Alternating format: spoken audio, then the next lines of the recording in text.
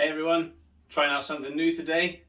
As you can tell from the thumbnail, the Sagola 4600 Xtreme, both bass and clear in a 1.2 XL. I'm going to give you my thoughts on how they spray and how they perform, so I'm excited to give you this video.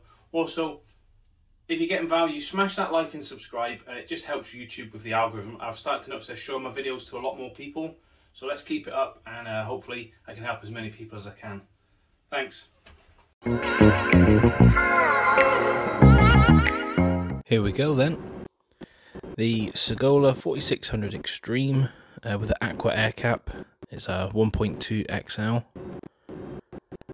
And initial impressions, it's very similar to the DeVilbiss GTI Pros and the Pro Lights. Similar sort of sized fan pattern.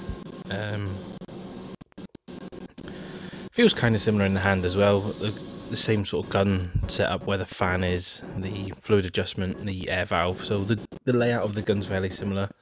Probably a little bit heavier in the hand. But it sprays real nice. I did find with the 1.2 it was very slow. You can see this black going on here. And I'm not getting as much coverage as I'm used to, but typically I'm using a 1.3. So going down to the 1.2 would be slower. But I managed to get it all in the 2 coats. We can see here just adjusting it to give me as much as possible, but I'm pretty sure I'm running it wide open. So if I was to buy a Sagola, I would probably go for a 1.3 just for the speed. You can see I'm a bit slower there than I normally would, but I'm just not getting the coverage that I want. You can see here that, you know, that's not how I usually paint.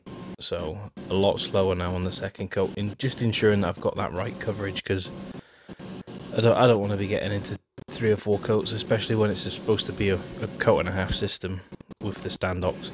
But other than that, the gun sprayed fantastic. Putting the base on, it kind of floats on. It's quite nice. I can imagine with silvers and lighter colours like that, this would be a lovely gun to use. Like I say, a little slow for me, but you know, I enjoyed it. It's nice to use different guns sometimes, so having someone with Sagolas at work that let me use it was you know, good experience. Switching over to the clear coat gun, which is also a 1.2 XL setup. Nice big fan pattern on it. And I normally lacquer with a 1.2, so I was surprised to see that this actually, it ran the same sort of speed. I was expecting it to be slow like the base coat gun, but it was exactly the same, so that's why I come to the conclusion with the base coat setup that it was just because it's a smaller needle nozzle rather than you know, something up with the gun. Like I say, my regular guns, I'm using a 1.3 for them, so just finding that speed adjustment different. But this, again, the way that the Sagola sprays, it floats on. You're not attacking the panel, the clear's just sort of settling on it. It's quite a nice feeling, and it goes on super smooth, so you're not worried about orange peel at all here. It's gone on really nice. And that's the first coat done. I think I did step out the booth here for a couple of minutes just to let it tack off, and you can see the level of gloss there straight away in those doors. It's nice. I think I've got this gun wide open as well, but the Sagola, like I say, I'm really impressed with it. Really impressed with how it lays that lacquer down. I'm not 100% sure on the price point of these. I think they're around £400–500, something like that. But you know, for a quality gun these days, you're looking at that sort of top end mark. And I would recommend a 1.2 if I was going to buy a clear coat gun from Sagola. I would go with this 1.2 XL. This, you'll see in a sec when I'm checking it. Just the finish, it goes on really flat, and I think that's to do with the way that the clear coat is atomized. It seems to float onto the panel and it just settles real nice. Whereas I find with some guns you're attacking the panel, you're getting the clear on there, and you want to get enough on, and it kind of flows out. This just goes on flat. So I was really impressed with the Sagola.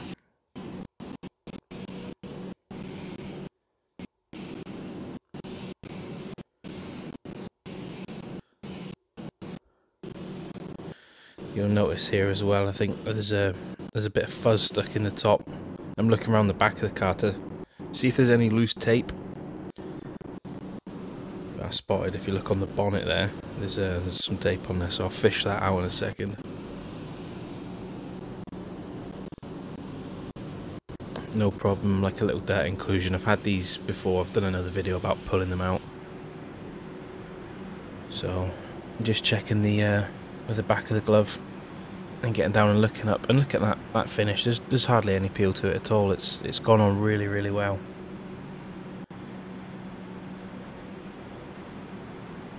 I have to say I am impressed with Sagola. Here we go, the tape trick. In another video I've used tweezers, but having the tape handy, we just attack it. There's like a fibre or hair or bit of fuzz or something stuck in the top there. And you see that. Not really what you want when you're lacquering. And then I'll just flow that little mark out there. Nice, another light little coat over the top, help that flow out. And then that's that. I'll have a little walk over the end at the end. I'd like to thank you all for watching and supporting me. I do appreciate it, and I'll see you in the next one.